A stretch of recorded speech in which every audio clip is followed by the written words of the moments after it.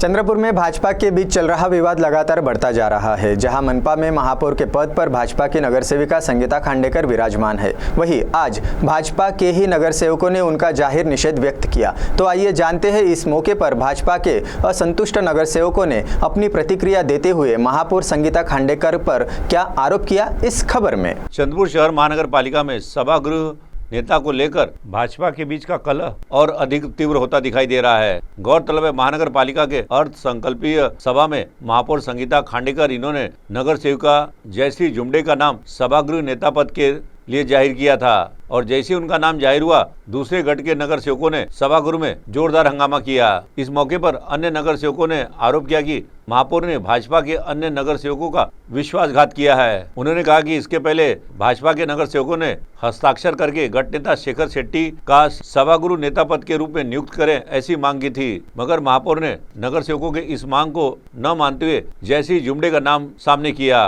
और इस निर्णय के निषेध में भाजपा के असंतुष्ट नगर सेवकों ने आज महापौर संगीता खांडेकर के कार्यालय में जाकर उनका तीव्र निषेध व्यक्त किया। तो आइए सुनते हैं इस मौके पर भाजपा नगर सेवक सुभाष कासरगोट्टूवार ने क्या कहा।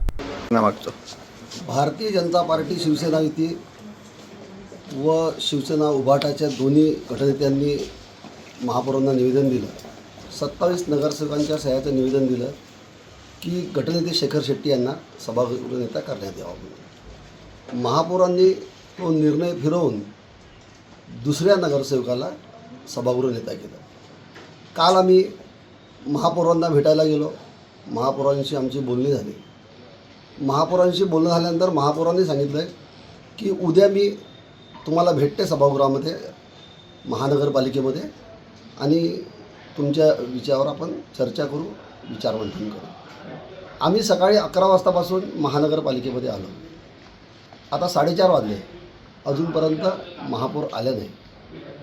अशा पद्धतीचं बेईमानीचं राजकारण समजा महापौर करत असेल तर आम्ही महापौरांचा सर्व नगरसेवक निषेध करीत आहोत। वहीं इस मौके पर भाजपा नगर सेविका ने भी अपनी प्रतिक्रिया व्यक्त की।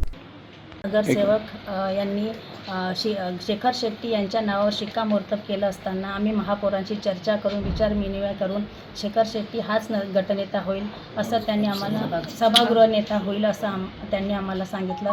पण ऐन वेळेवर त्यांनी दुसऱ्याच व्यक्तीचं नाव पक्षासमोर मांडलं, त्यामुळे आम्हाला त्यांचा तीव्र निषेध वाटतो।